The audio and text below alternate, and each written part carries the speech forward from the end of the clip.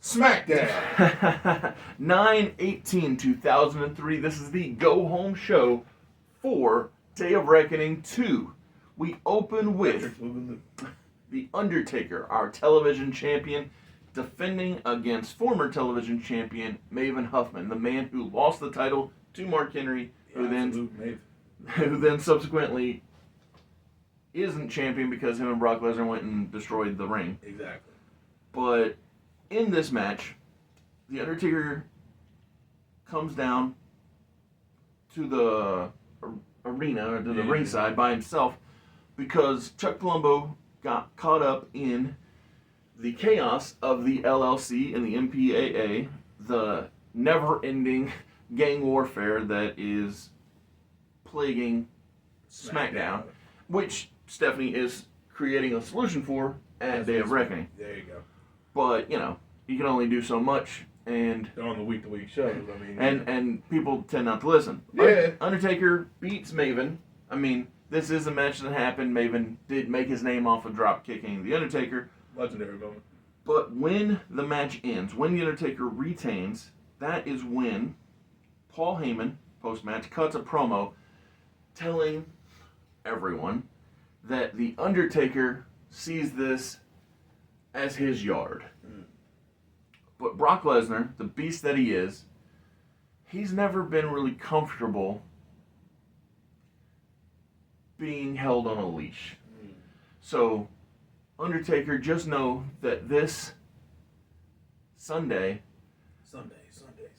and Brock attacks The Undertaker from behind as Paul is talking, but Brock doesn't attack The Undertaker with his bare hands, he attacks him with a chain.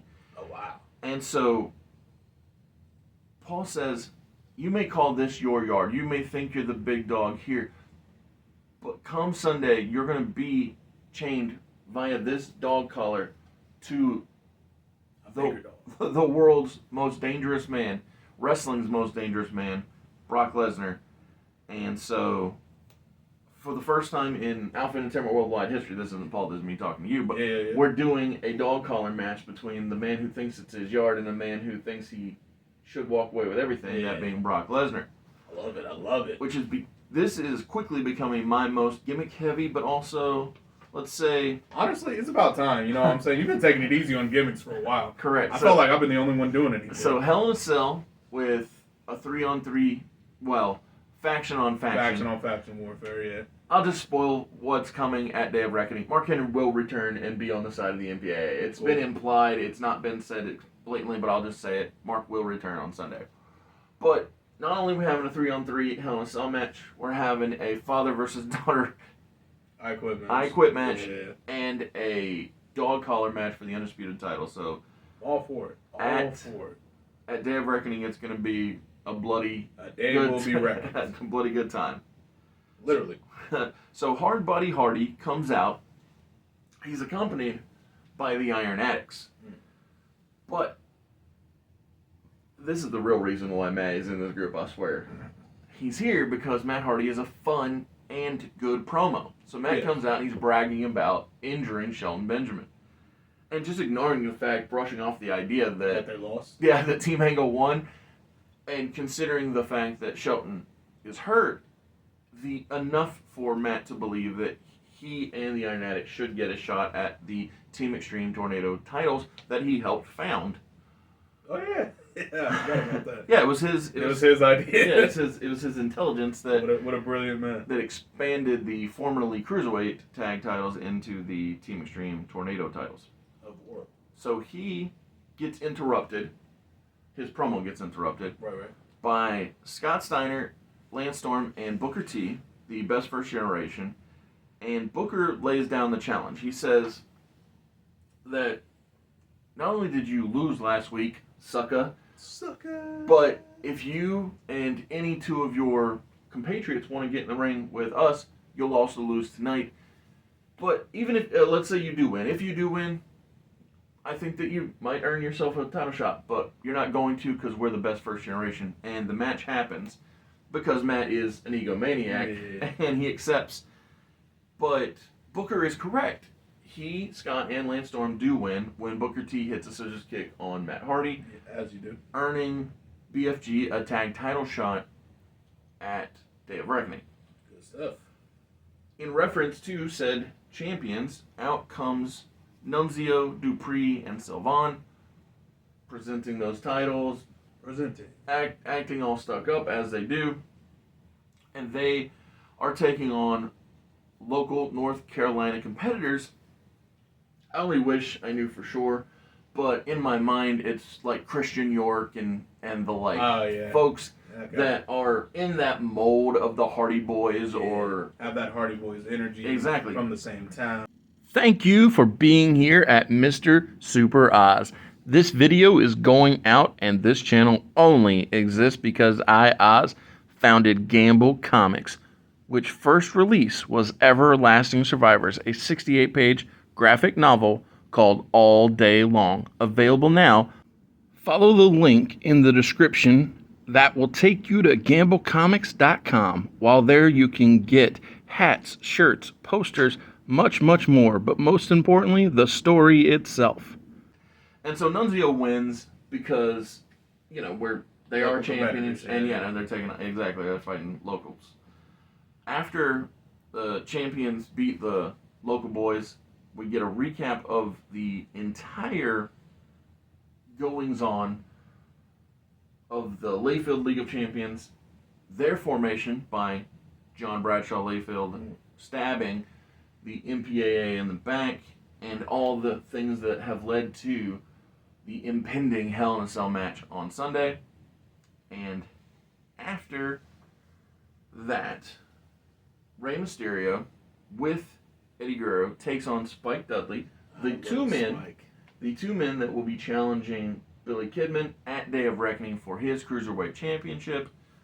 And so the match is happening because, again, Billy doesn't even feel like he legitimately lost to Spike. He had that massive fever, and he's like, I shouldn't be even doing this. But if I have to face you two, then you both should fight each other first, type thing. And obviously Spike and Rey Mysterio are active competitors who don't mind to mix it up in the ring, so they go at it. Rey wins the match because it's Rey Mysterio. It's a struggle for me to have him look at the lights, basically. Right.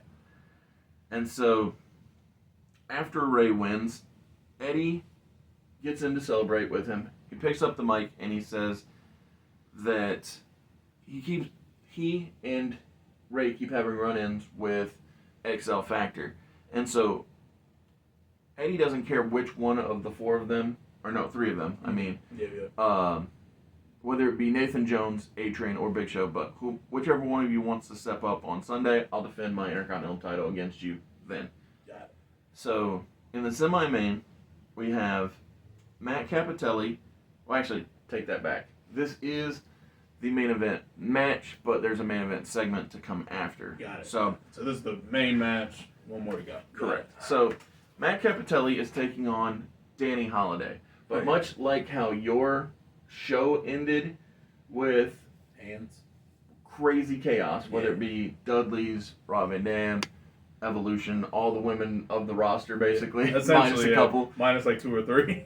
This match is primarily a vehicle to see Basham, Jordan, all of the LLC guys fighting with Rodney Mack, Farouk, all of the MPA guys around ringside. So Matt rolls up Danny Holiday, steals a victory, runs out because everybody's going crazy. Mark Henry's not yet iconic music hits. Yeah. He returns and squashes with his World's Strongest. Was he not coming out with that music before?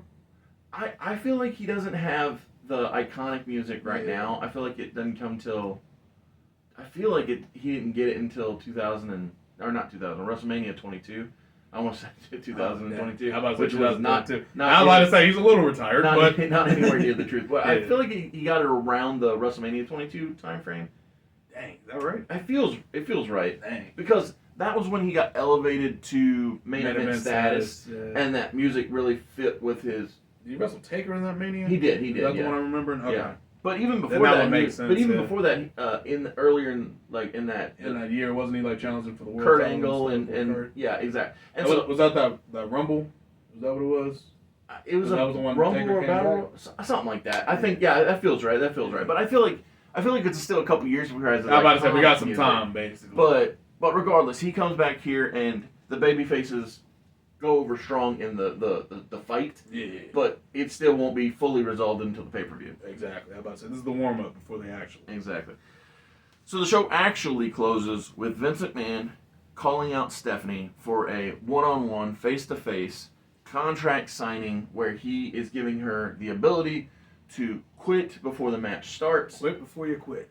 And so he's like, well, if you don't want me to give you the discipline that I should have given you years ago, just come out here, quit as general manager, and we'll be right as rain. Right as rain. Stephanie, who is defiant, comes out, but before she can even say anything, Vince gets in her face. He's very smug. He pie faces her away from him, and as she starts to lunge toward him, Vince's friends, Terry, Dawn Marie, and Sable, all three jump, assault, and whoop that ass. And Vince just ends the show certain that he will be able to come away with the victory. Exactly, on Sunday. And so he's just a vile and vicious villain to end the show because that's just who he is. True scum of the earth. Exactly. Vince McMahon.